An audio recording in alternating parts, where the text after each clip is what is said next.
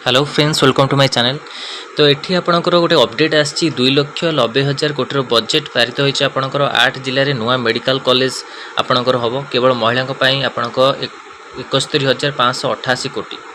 देखो कौन कौन लिखाई विषय डिटेल्स जानवा आपणकर राज्य सरकार प्रति जिले में मेडिकल कॉलेज करने को निष्पत्ति नहीं। यह चलित वर्ष भद्रक, जगतसिंहपुर, नवरंगपुर, ढेंकानाल एमबीबीएस पाठ्यक्रम मेडिकल कॉलेज काम आरंभ हो। सेहीपरि बुर्ला, ब्रह्मपुर, केन्दुझर रे बीटीएस पाठ्यक्रम dental college, Rairangpur ayurvedic medical college निर्माण काम आरंभ हो मुख्यमंत्री मोहन चरण माझी घोषणा कर।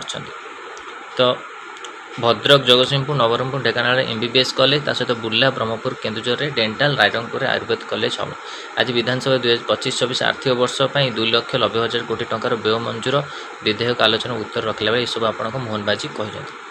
तो जेहेतु आपणकर मेडिकल कॉलेज आपणकर खोला हे, मेडिकल कॉलेज खोलिले मात्र आपणकर जो पोस्ट अच्छी जहाँ भी आपको जो पोस्ट रहा पोस्ट भी बाहर चांस रोचे। तो वेट करंतु आपणकर पोस्ट को जो आसवा को लेकिन जहाँ भी आपको पोस्ट आसो तो आपको अपडेट मिल जाव। तो यहाँ भी आप जानते मेडिकल कॉलेज जेहेतु आप खोलुची तो से आपको निश्चिंत पोस्टिंग आसव।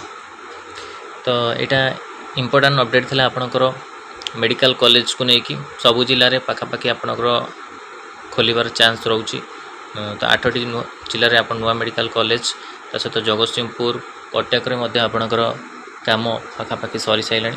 तो ये सब आपणकर रोचे इम्पोर्टाट अपडेट 8टी मेडिकल कॉलेज को लेकिन वीडियो भल लगी लाइक को शेयर करूँ। आम चैनल प्रथम थर पाई चैनल को सब्सक्राइब करूँ। आउ कंटेंट बेल आइकन को क्लिक करूँ जैसे समस्त नोटिफिकेशन आपण पाखे पहुँची पार। धन्यवाद।